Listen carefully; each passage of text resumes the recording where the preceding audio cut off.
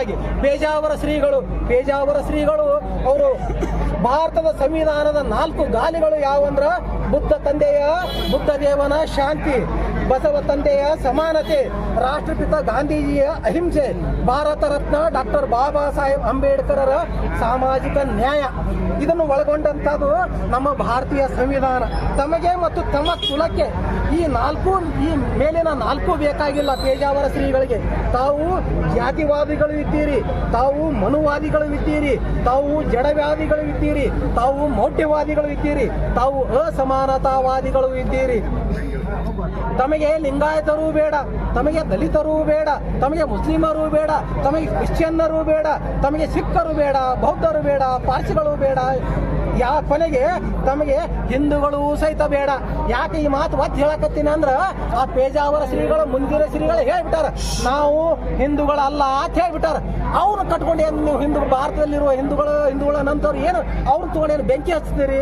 ಅದಕ್ಕೆ ಏಕೆಂದರೆ ತಾವು ಈ ಭಾರತ ಭೂಮಿಯವರೇ ಅಲ್ಲ. ಯಾಕಂದ್ರೆ ಇವ್ರನ್ನ ಯಾರು ನೀವು ಒಪ್ಕೊಳಕತ್ತೀರಪ್ಪ ಅಲ್ಲ ಅಂದ್ರೆ ನೀವು ಈ ಭಾರತ ಭೂಮಿಯವರೇ ಅಲ್ಲ. ತಾವು ಮಧ್ಯ ಏಷ್ಯಾದಿಂದ ದನ ಕಾಯುತ್ತಾ ಭಾರತಕ್ಕೆ ಬಂದವರು, ದನ ಕಾಯುವವರು ತಾವಾಗಿದ್ದೀರಿ.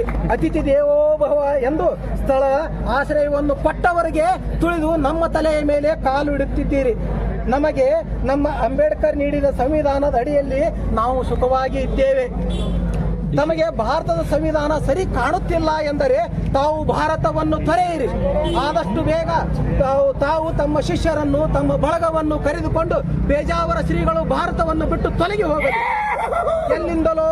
ಎಲ್ಲಿಂದ ಬಂದಿರೋ ಬೇಕಿದ್ದರೆ ಅಲ್ಲಿಗೆ ಹೋಗಿರಿ. ಇಲ್ಲವಾದರೆ ಇಲ್ಲಿಯೇ ಭಾರತದಲ್ಲಿ ಇರುವ ಇಚ್ಛೆ ಇದ್ದರೆ ನಮ್ಮೆಲ್ಲರೊಂದಿಗೆ ಹೊಂದಿಕೊಂಡು ಅಂಬೇಡ್ಕರ್ ತಂದೆಗಳು ನೀಡಿದ ಸಂವಿಧಾನವನ್ನು ಒಪ್ಪಿಕೊಂಡು ಬದುಕಿರಿ. ಇದನ್ನೆಲ್ಲ ಗಮನಿಸಿದ ಅಪ್ಪ ಬಸವಣ್ಣನವರು ನಮಗೆಲ್ಲ 900 ವರ್ಷಗಳ ಹಿಂದೆ ಹೇಳಿದ್ದಾರೆ. ಬ್ರಾಹ್ಮಣನೇ ದೈವವೆಂದು ನಂಬಿದ ಕಾರಣ ಗೌತಮ ಮುನಿಗೆ ಗೋವಧೆಯಾಯಿತು. ಬ್ರಾಹ್ಮಣನೇ ದೈವವೆಂದು ನಂಬಿದ ಕಾರಣ ಬಲಿಗೆ ಬಂಧನವಾಯಿತು. ಬ್ರಾಹ್ಮಣನೇ ದೈವವೆಂದು ನಂಬಿದ ಕಾರಣ ಕರ್ಣನ ಕವಚ ಹೋಯಿತು. ಬ್ರಾಹ್ಮಣನೇ ದೈವವೆಂದು ನಂಬಿದ ಕಾರಣ